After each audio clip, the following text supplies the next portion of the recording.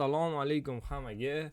Bugun sizlar bilan YouTube'dagi hozirgi paytda trendda turgan eng yangiliklardan bittasini ko'rib chiqamiz.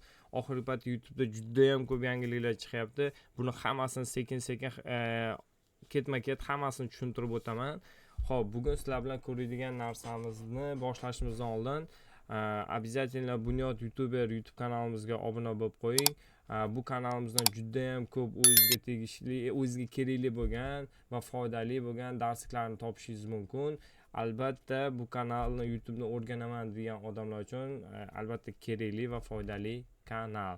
Xo'p, darsni boshlaydigan bo'lsak, xo'p, YouTube kanalimizga kirib olishimiz kerak bo'ladi. Tvorskiy studiyamizga o'tamiz va bu funksiyani bu yangilikni ishlatish uchun обязательно Tvorskiy studiyaga kompyuter orqali kirish kerak bo'ladi. Telefonda qilib bo'lmaydi.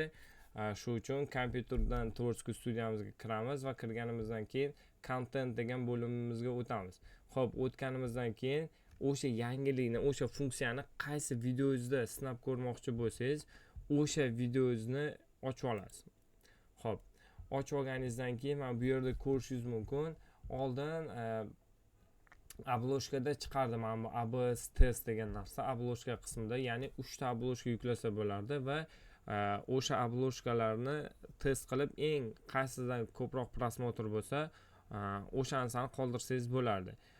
Xo'p, endi bu funksiya nazvaniya uchun ham chiqdi, ya'ni videoni nomini ham test qilsanglar bo'ladi. Bu juda ham zo'r funksiya. Xo'p, kelinglar ochib ko'ramiz. Xo'p, ko'rishinglar mumkin. Bu yerda 3 ta qismi bor. Bu yerda nazvaniya bo'limidan mana shu videoga 3 xil nom yozsangiz bo'ladi. Misol uchun kelinglar, mana shu duduqlanishni ildizi deymiz, qo'rquv deb qo'yamiz. 3 ta nom qo'ydim. Va har biriga bittadan tag qo'shib qo'yaylikchi. Qo'rquv, mana bu smartdan olamiz. 3 xil nom yozdik, ko'rishinglar mumkin. Xo'p, keyin znachok bo'limiga o'tib, bu yerda 3 xil obloshka, har xil obloshka qo'yishingiz mumkin. Mana bu yerda ko'rishingiz mumkin. Ya'ni YouTube obloshkalarni, nazvaniyani 3 xil obloshkani 2 hafta davomida test qiladi. Bir bu bilan va qaysi bir nazvaniya bilan ko'proq prosmotr bo'ladigan bo'lsa, o'sha nazvaniyani olib qoladi. Obloshkada ham xuddi shunaqa 2 hafta davomida bir bilan ana almashtirib ko'radi va qaysi biri bilan ko'proq prosmotr kelsa, o'sha obloshkangizda olib qoladi. Va mana buni bu bilan mana shunday qilib aralashtirib test qilib chiqadi va eng aktual va eng ko'proq prosmotr olib kelgan nazvaniya va obloshkani olib qoladi. Xo'p, mana bu yerda ko'rishingiz mumkin. Yozib qo'ygan, yuklaysiz. Yuklaganingizdan keyin 2 hafta davomida kutasiz. 2 hafta davomida YouTube test qiladi buni va 2 haftadan keyin svideniya bo'limidan qaysi obloshka yoki qaysi nazvaniya g'olib bo'lganini ko'rib olsangiz bo'ladi.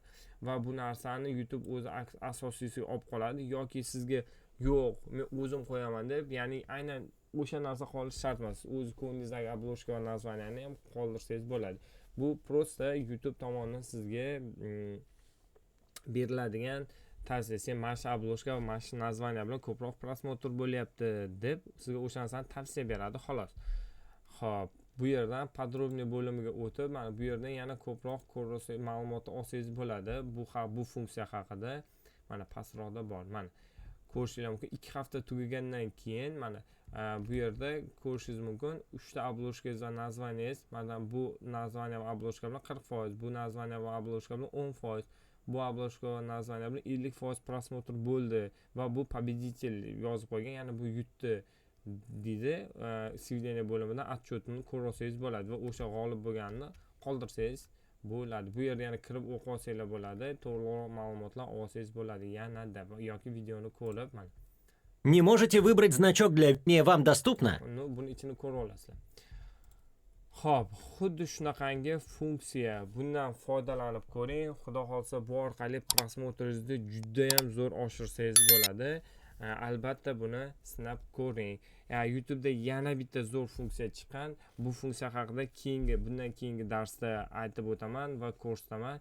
Buni ham bilib olsangiz bo'ladi. Yangi chiqayotgan yangiliklarni o'tkazib yubormaslik uchun, darsliklarni qoldirib qo'ymaslik uchun обязательно Bunyod YouTuber kanaliga obuna bo'lib qo'ying va har bitta chiqayotgan darslikni o'tkazib yubormang. Xo'p, sizlar bilan Bunyod YouTuber bo'ldi. Har doimgidek Bunyod YouTuber bilan hammasi oson. Biz bilan birga bo'ling va darsliklarni o'tkazib yubormang.